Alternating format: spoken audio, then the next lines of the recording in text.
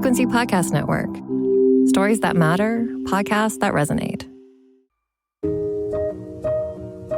As a freelancer, sometimes it can feel scary for the fact that if in a month your income is dramatically changing because you lose a client because of X, Y, and Z reason, it's scary to go look at those numbers and think, how am I going to pay for life? That's Frances, a 31-year-old personal trainer living in Toronto. She has been a freelancer for almost 10 years now.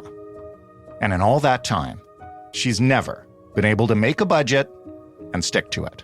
Ultimately, it comes down to the fear of knowing what my numbers are, because my numbers have always felt scary because my income is always fluctuating. Last year, her highest paid month was April. She brought in $4,750. Her lowest month was October, $685. This is the unpredictability that has been holding her back from making a successful financial plan. Better being able to forecast when those upswings and downswings are helps it feel like it's easier to actually know, okay, this month I can save more if I want to because I know I'm going to have an influx, or this month everything has to be exactly to the budget, otherwise we're going to incur more debt, or I'll have to tap into my savings in order to make sure that I can make this payment. This year, she's aiming to overcome those financial fears and tackle budgeting head on. I had a friend say very plainly, if you don't look at your finances, they'll have control over you instead of the opposite. It's like when you don't look at your health, that will run out of control until you actually look at it. And there's a lot of fear around that. There's a lot of discomfort around that. For me, this is like my fitness. I have to keep going back to it and flex it and look at those spreadsheets. Otherwise, I'm just never going to be able to lift that certain amount of weight, or I'm never going to be able to actually make that certain amount of money. It doesn't just come out of thin air. But this year, it's a little tricky because inflation means that the cost of goods and services, which you budget for, are totally unpredictable. So how do you build a budget when nothing in your financial world is predictable?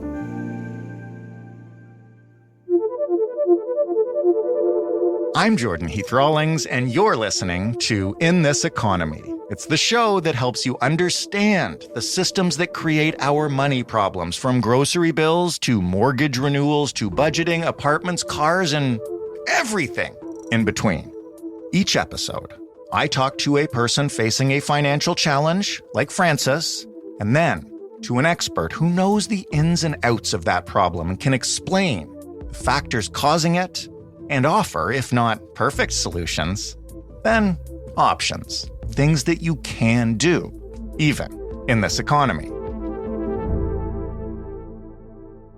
Despite the unpredictability of the market, a growing number of Canadians, whether by necessity or choice, are joining Frances in the freelance ranks.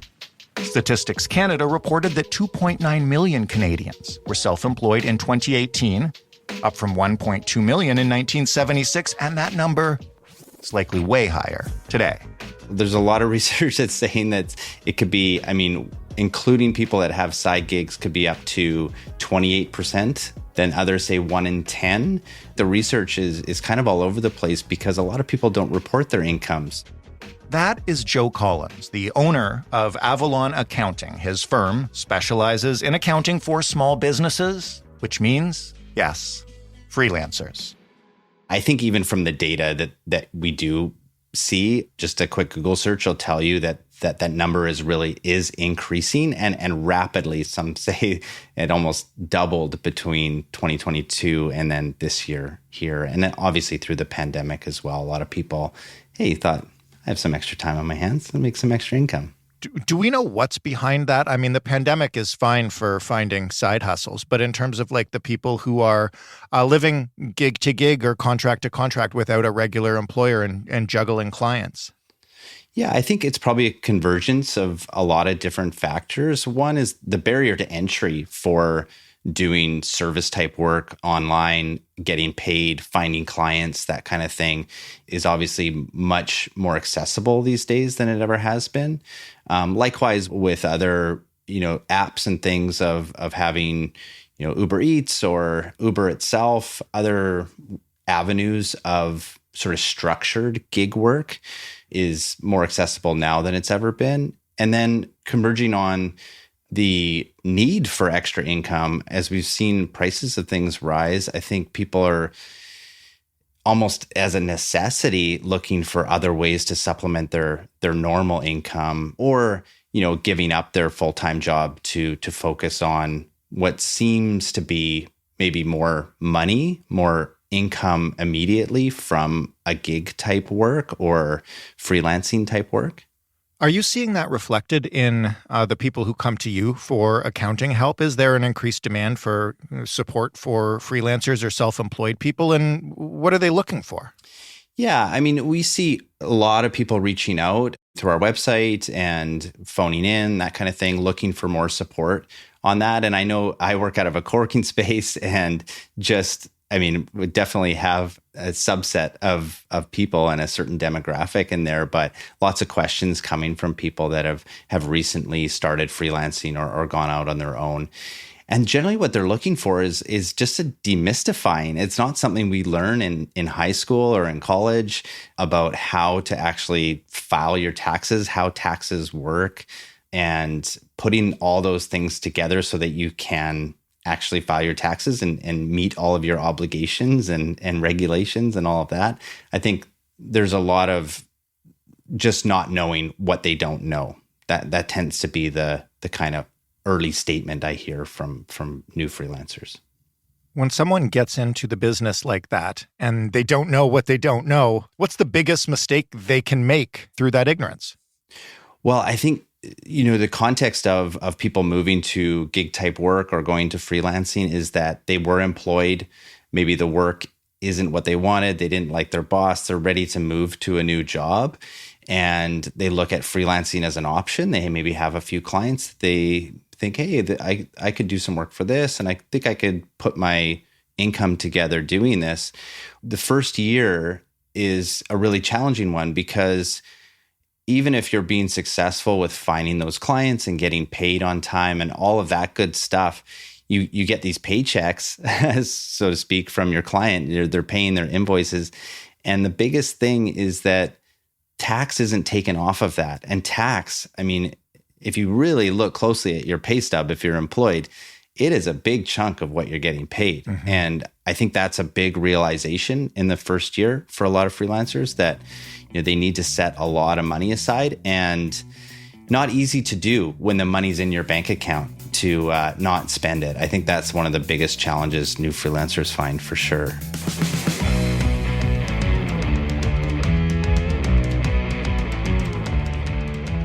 This is the biggest question our listener has. And I think as somebody who knows he couldn't deal with the hustle and the planning required to be self-employed, how the heck do you build a budget and track your finances when your income is not predictable paycheck to paycheck and month to month? How do you structure something like that?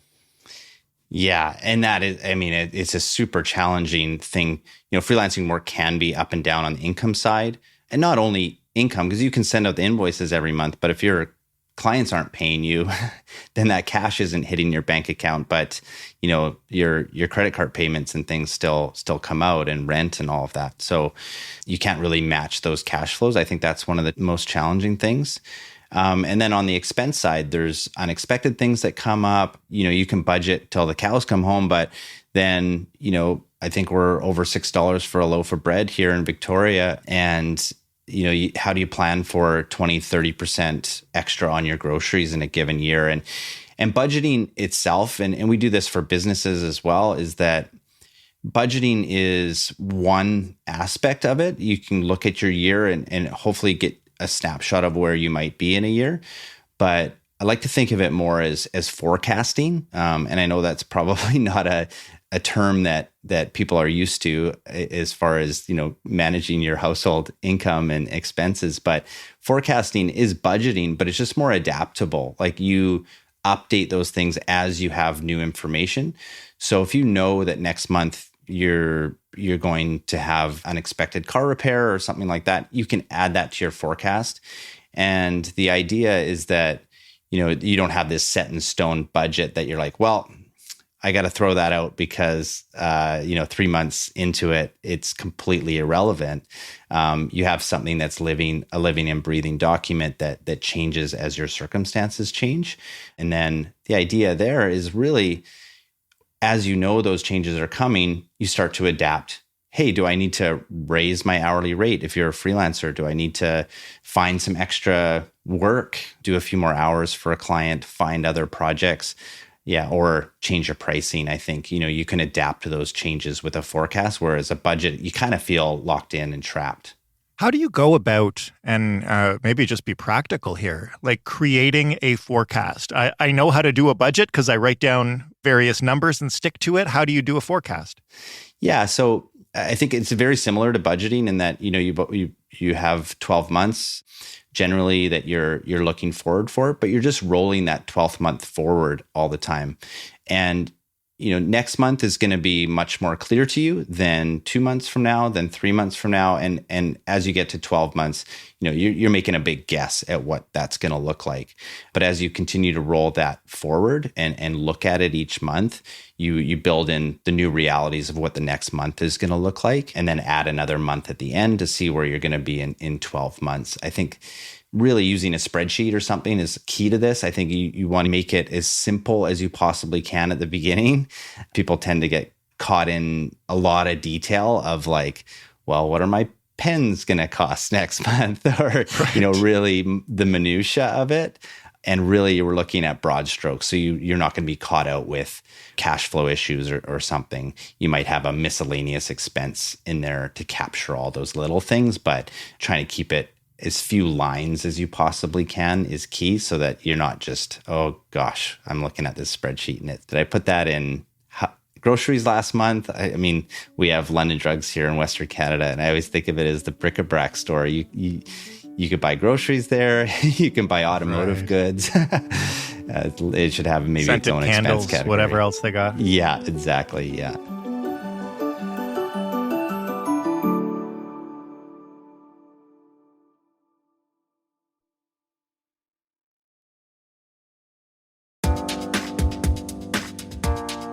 Let's put taxes aside because I want to dive into that in a moment because it is super important. Aside from taxes, when I look, and again, as somebody in a full-time employed job, I look at my pay stub and I see a lot of things that are just being taken out of it for my benefit and because I've signed up for them. There are benefits, there's unemployment, there's an RRSP and that kind of stuff. How can a freelancer or somebody who's starting out self-employed build that into their budget to account for it? And again, I know I'm not trying to be depressing, and neither are you, but taking into account what we've just discussed. Yeah, and that's one of the big things I think, going into freelancing work and that with your eyes wide open, if it's a choice. I mean, I know a lot of people don't have a choice. Yeah. But understanding as well what employment means, what the employer side takes on to take care of their employees.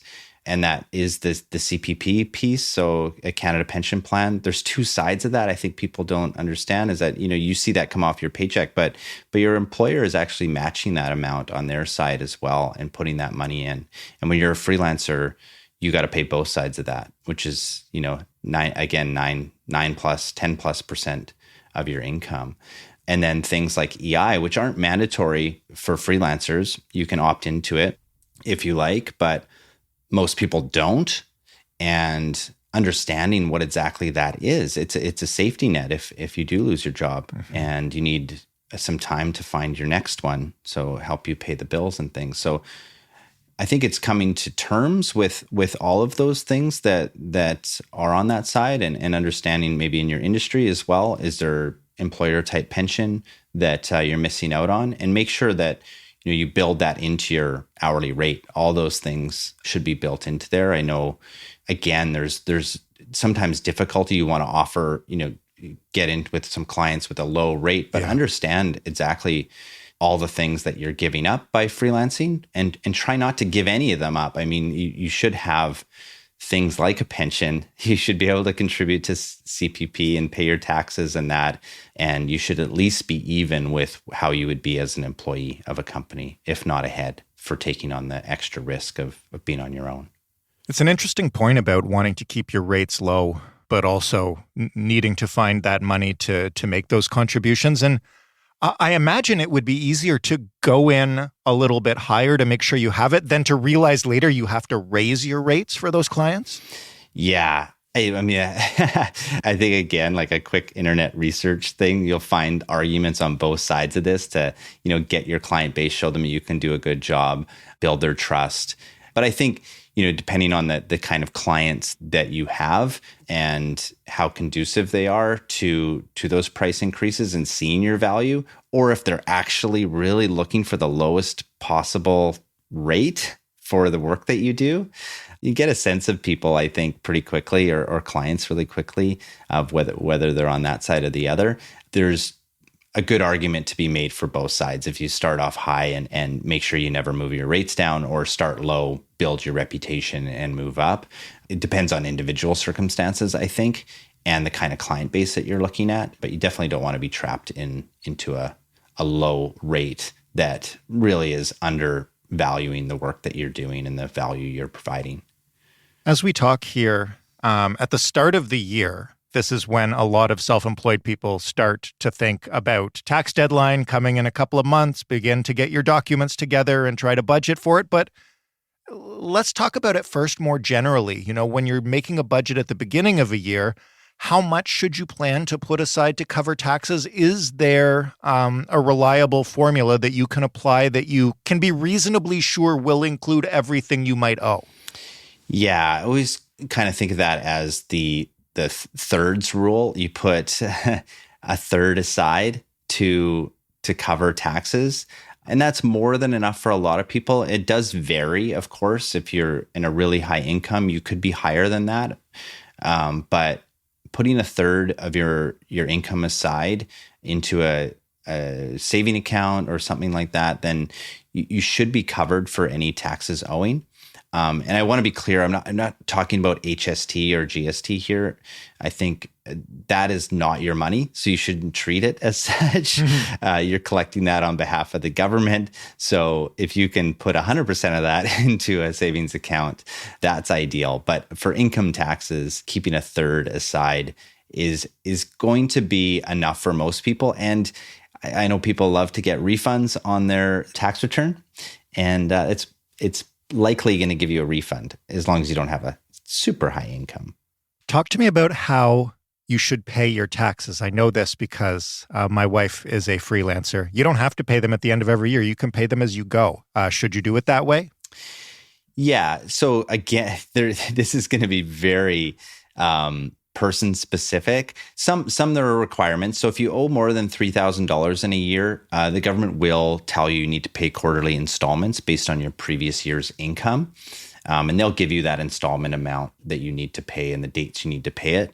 But if you're not required to pay installments and it's your choice, and in the first year it's always your choice, then there's two sort of lines of thinking that I tell some of our clients. And one is that, if you pay it, you can pay it monthly, you could pay it quarterly, and the money's out of your account and you don't have to worry about it.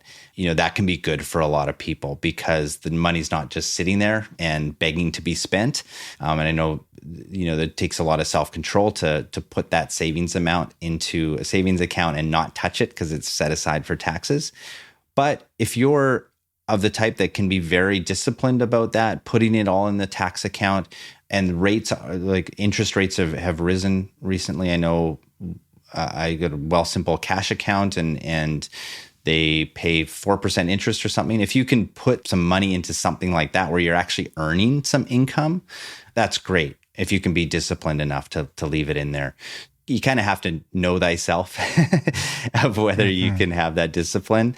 I don't think there's a hard and fast answer to it. It really depends on the person, but ideally, you'd put that into a savings account and earn some interest and have a little bit extra for yourself. Let's talk about the completely unsexy aspect of this, which is meticulous bookkeeping. Maybe first with write-offs. If you're willing to document everything, take that time, even though it might be frustrating, how much money can you take back? Yeah. So any business related expense is directly taken off of your income. So it's super valuable to track all those expenses. And I mean, with modern tools, like it's not that difficult really. But how many of the freelancers who come to you for help are really drilling down to that level to scrape back every cent they can?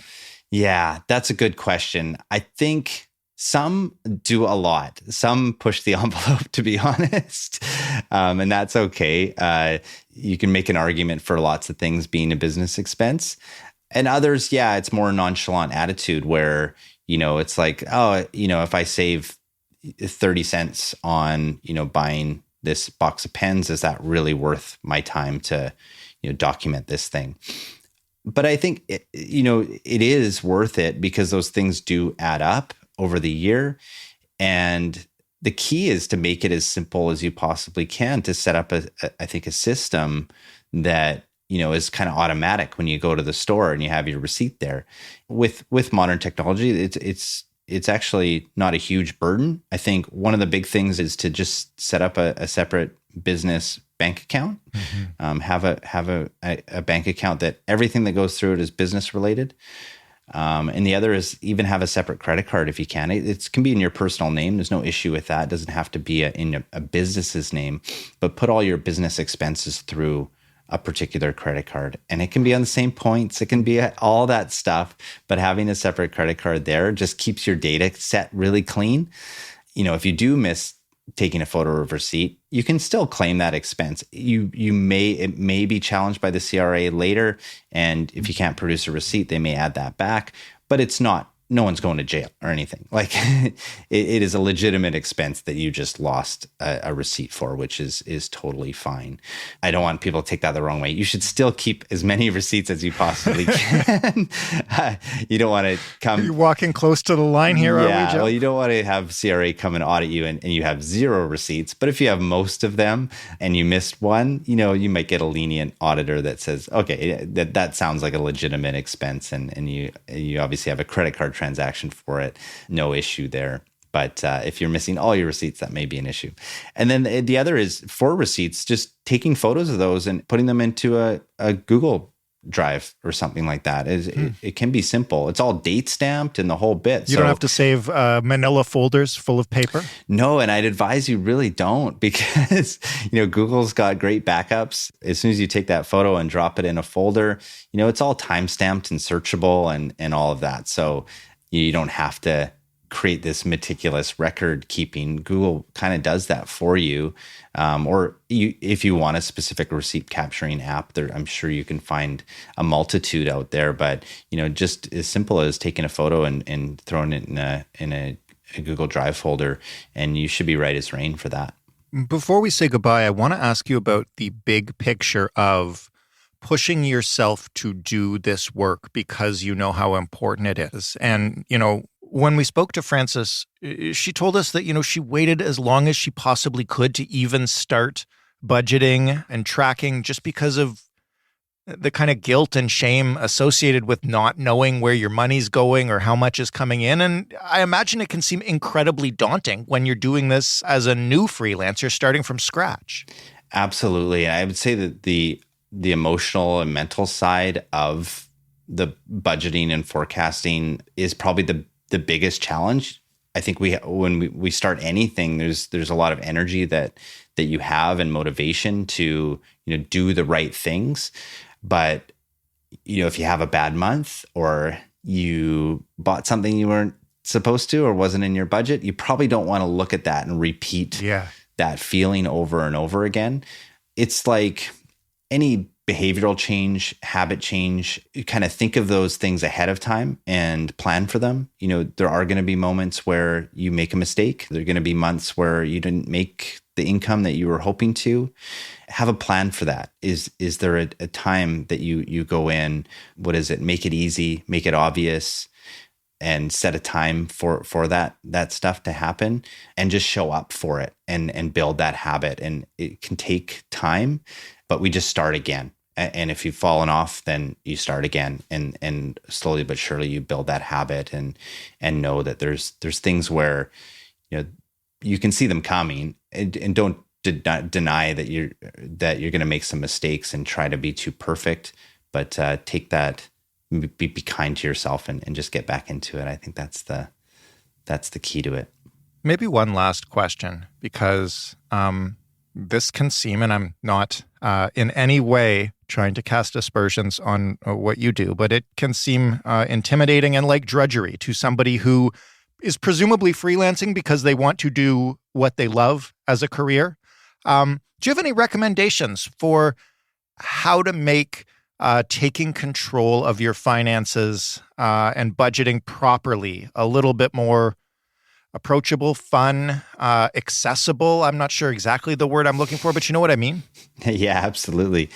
Yeah, and that's the funny thing about the whole, budgeting, forecasting, tracking your income and expenses and bookkeeping and the whole bit, is that whether you just have a side gig or this is your full-time freelancing job, it's the same amount of work almost, because you have to, do the same forms and GST and all that stuff. So number one is, I think, just coming to terms with that this is, it's not always easy. It is something new, and acknowledging that's a part of it. It's something new and different. And it's like learning any new skill. I think that the more you do it, the better you'll get at it. But as far as making it fun, I think setting some time aside is one, so that you don't have other distractions going on.